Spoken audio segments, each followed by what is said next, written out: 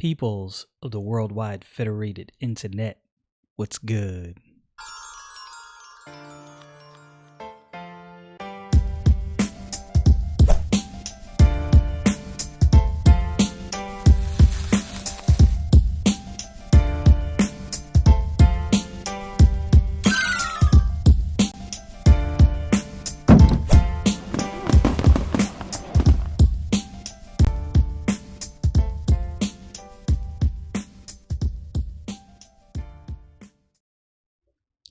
I could never be a college professor because I would have no idea how to teach a lesson, where to start, where to rein myself in, where to stop. There's so many things going through my mind and it's racing so much that I don't know exactly how to approach my thoughts as far as conveying my thoughts to you, the audience.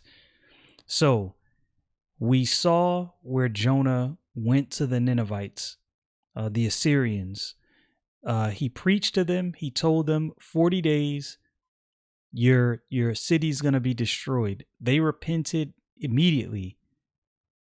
God had mercy on them and spared them. And I showed historically where the Assyrian Empire went dormant for a number of years. Now, this is my assumption based on circumstantial historical evidence and something that was said by Nahum, the prophet, and I'm going to get to that. My assumption is that for at least that first generation from, Adad Nawari to Shalmaneser IV, I believe was the succession. I believe what happened was the people who were there were familiar with the situation. They remembered Jonah coming into the city. They remembered the account of Jonah. They know what happened to him. And in their eyes, he was raised from the dead. So they had a very compelling reason to believe what Jonah was saying. They believed Jonah. That information spread throughout the city. They went dormant. They turned from their wickedness and they turned from their violence. And as generations passed, as generations went on, well, things changed. And the people who were there for Jonah's preaching and the people who had firsthand accounts of what happened with Jonah, these people died off. I want to get to something in my Bible, in my physical Bible, as you can hear me wrestling the pages. I use the King James Version, but the specific Bible, or one of my specific Bibles, is the Nelson's New Open Bible. And the thing I like about the New Open Bible, I've had this Bible since I got saved, is it has notes in it. And those notes give historical breakdowns of every book you get to. It gives sort of a backdrop, historical backdrop of what was going on in the book. And it gives you kind of a skeleton breakdown of what went on in the book. But there's a specific portion of the notes here in the Book of Nahum that I wanted to read. And the reason I wanted to read this is because it kind of encapsulates everything I was saying about the Assyrian people, about the Assyrian nation and their cruelty. So I'm going to read this. The Assyrians were a cruel and aggressive people who became one of the dominant nations of the ancient world from about 1300 to 600 BC. During this long period, they often clashed with the Hebrew people. The ultimate outrage occurred in the 8th century when thousands of residents of the northern kingdom were carried to Assyria as captives and resettled in pagan territory. The Assyrian Empire developed between the Tigris and Euphrates rivers in a region known as Upper Mesopotamia. The Assyrians defeated Babylon, their neighbors to the south, in 1300 BC, a move that propelled them to the status of world power.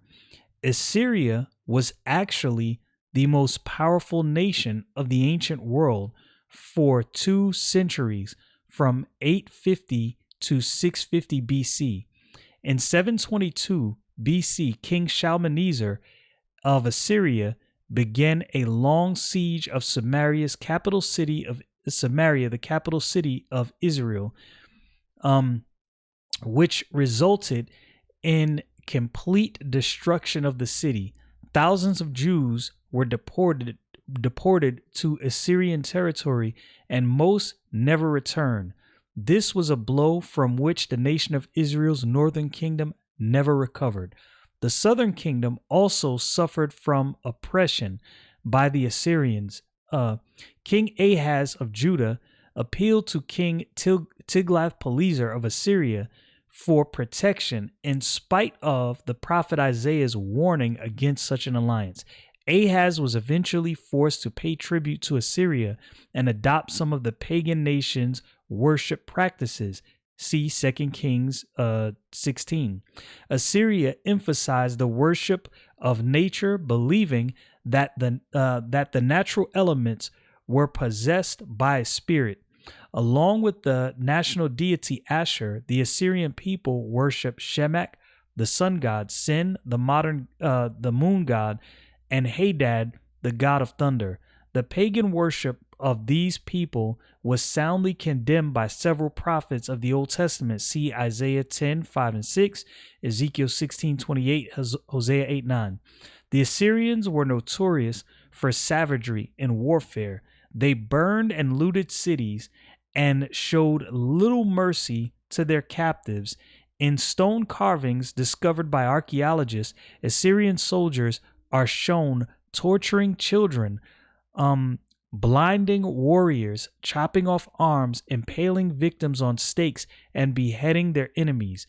Because of the cruelty and paganism of the Assyrians, the Hebrew people harbored deep-seated resentment and hostility toward this nation.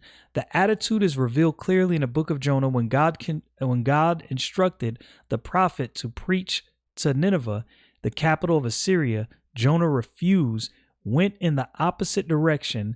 After he finally went to Nineveh, he was disappointed with God because he spared the city.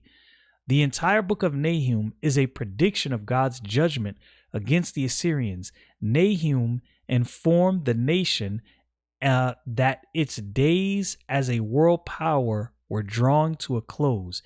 In an oracle of woe, the prophet described Nineveh as a bloody city, full of lies and robbery. But soon the city of Nineveh would be laid waste. Assyria would crumble before the judgment of God.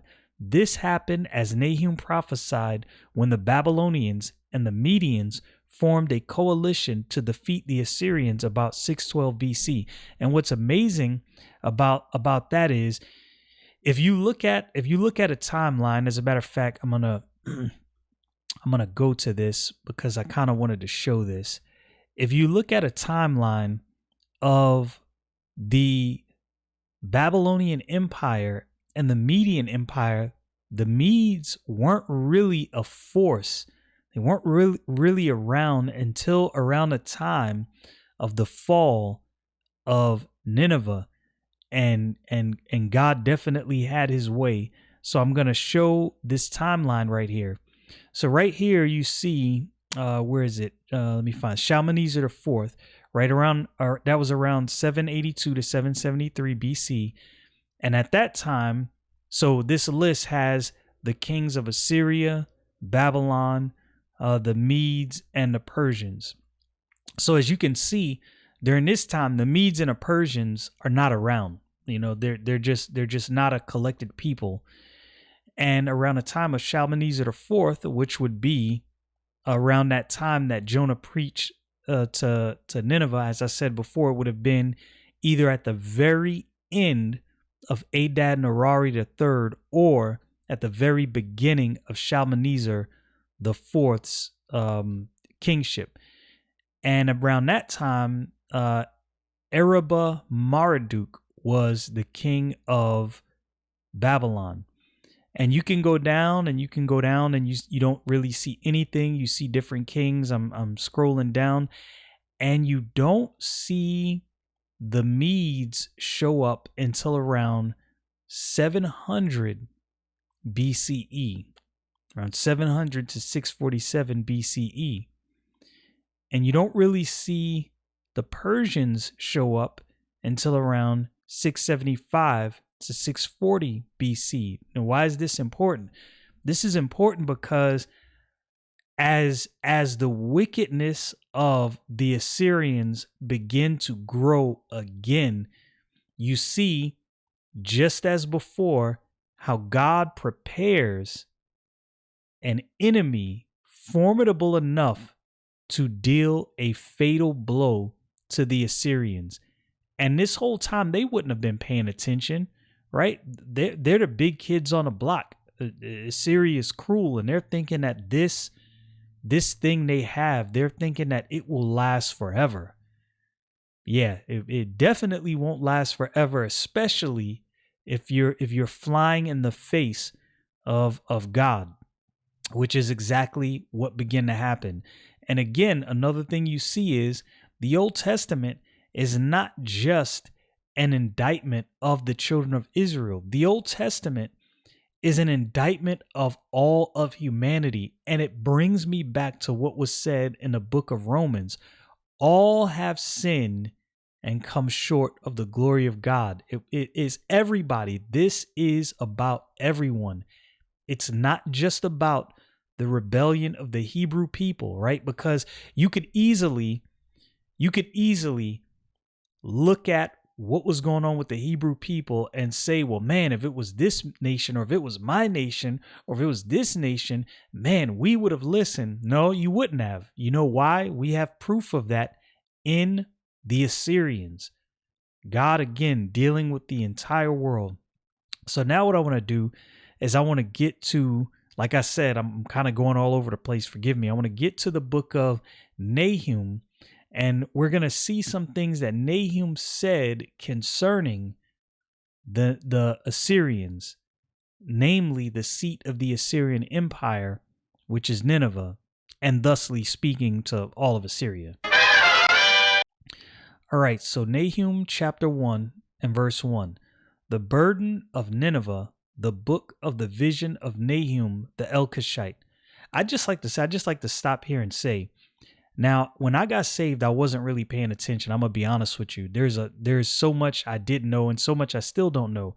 But it didn't dawn on me that even within the Old Testament and among the Old Testament prophets, these prophets didn't just go to the children of Israel. There's many instances where the prophets prophesied against all of the nations, sometimes specific nations and sometimes them all. Right. So here we see Nahum specifically going to the Ninevites like, okay, it's time to pay the piper. God is jealous, and the Lord revengeth. The Lord revengeth and is furious. The Lord will take vengeance on his adversaries, and he reserveth wrath for his enemies. If I was the Ninevites at this point right here, I would be worried. But as I said, generations have gone on. So the people who are around now in the Assyrian Empire, they don't remember what happened with Jonah. They don't remember the account of Jonah being raised from the dead, right? Because that, like I said before, that's what these people would have thought. So the people who heard Jonah talk, they had a very credible reason to listen to Jonah. They're like, this dude was raised from the dead. I'm inclined to believe what this guy's saying. But these people are far removed. So as time went on, the Assyrians returned to their former selves, and their violence is continued. All right, verse 3. The Lord is slow to anger and great in power, and will not at all acquit the wicked. The Lord hath his way in the whirlwind, in the storm, and the clouds are the dust of his feet. I believe there's a specific reason this was said. Something happened to the city of Nineveh when it was destroyed, when the Babylonians and the Medes, and I believe the Scythians were with them as well, I could be mistaken, came against the city of Nineveh, and their walls were broken. And something that was used was a flood. And this is actually mentioned in this book. But also what you see here is God is letting the Ninevites know, like, yo, just because I forgave you, just because I had mercy, y'all thought it was sweet. And you thought that meant that you could go back and do whatever you wanted. Nah, that's not what that meant. That word acquitted means to set free, to release, or discharge from an obligation, accusation, guilt, censure, suspicion, or whatever lies upon a person as a charge of duty, as the jury acquitted the prisoner. So God is letting them know that, yo, wickedness will not go unpunished. That's not how this works. I will have mercy, but do not get it twisted to think that that means wickedness will not be punished. Okay, I'm going to try to read this, try to get through it pretty quickly. He rebuketh the sea and maketh it dry. He drieth up all the rivers. Bashan languisheth, and Carmel, and the flower of Lebanon, and the flower of Lebanon languisheth. The mountains quake at him, and the hills melt, and the earth is burned at his presence. Yet the world and all that dwell therein, who can stand before his indignation? Who can abide in the fierceness of his anger? His fury is poured out like fire, and the rocks are thrown down by him. The Lord is good, a stronghold in the day of trouble, and he knoweth them that trust in him. But with an overrunning flood, he will make an utter end of the place thereof, and darkness shall pursue his enemies. Now remember, he's talking to Nineveh. Okay, so now I'm going to take you to something that was said by a Greek historian about Nineveh. So this was Nineveh would be hit with a flood. In Nahum 2:6, the prophet said that Nineveh would be hit with a flood. This reportedly happened while the Babylonians and Medes were attacking the great city around 612 BC, according to the Greek historian Diodorus Siculus, who lived in the 1st century BC. Heavy rains had caused the Tigris River to overflow and flood part of Nineveh. The flooding destroyed some of Nineveh's protective walls. That might have helped the attacking forces conquer Nineveh because they were able to break through this wall and get to this point what was an impenetrable city. The reason I went through all of this is, one, the Bible is so interwoven and so interconnected, and it's very intriguing when you pair the Bible up against history. Like, look at historical events, look at the different things that's said within the Bible, namely the Old Testament. While looking at those historical events, you begin to see, oh man, this picture is becoming even more clear as I put all of this together. So this is my estimation with what was going on in the book of Jonah, namely with the Ninevites. God could have done many things, and I believe things were being set in place during the time of either Adad-Newari III or Shalmaneser IV. I think things were being set in place at that time to destroy Nineveh. Now, the hard thing about history, this is the hard thing about history, especially when it comes to the Old Testament, when it comes to prophecy. We don't have the view of history that God has. And this is what makes it sometimes hard for us to understand certain principles, because we see time as it happens linearly, and we see the past as it happened before. But God sees time in one foul swoop, like it all is. And that's hard to wrap your brain around, right? But when you think about that, God seeing time as it is, not as it has happened before or that is going to happen, it just is. God does things that's beyond our comprehension, and God's will and how God moves and how history works and how all of these things come together. I don't think the human brain can fully comprehend how all of that works.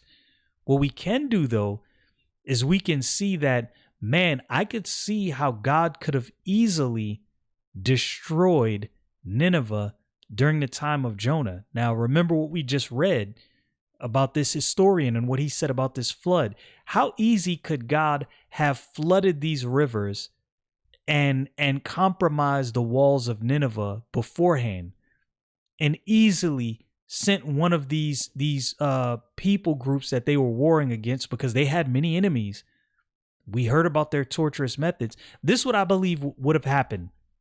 Remember what we found in the book of 2 Kings when God said he found no helper for Israel, right? Jeroboam was a wicked king. There was definitely people within the kingdom who feared God, and God said, I'm going to have mercy on these people and I'm going to send them reprieve. I believe if the Ninevites would not have repented, then as Jeroboam was rebuilding those walls, I believe God would have sent that flood.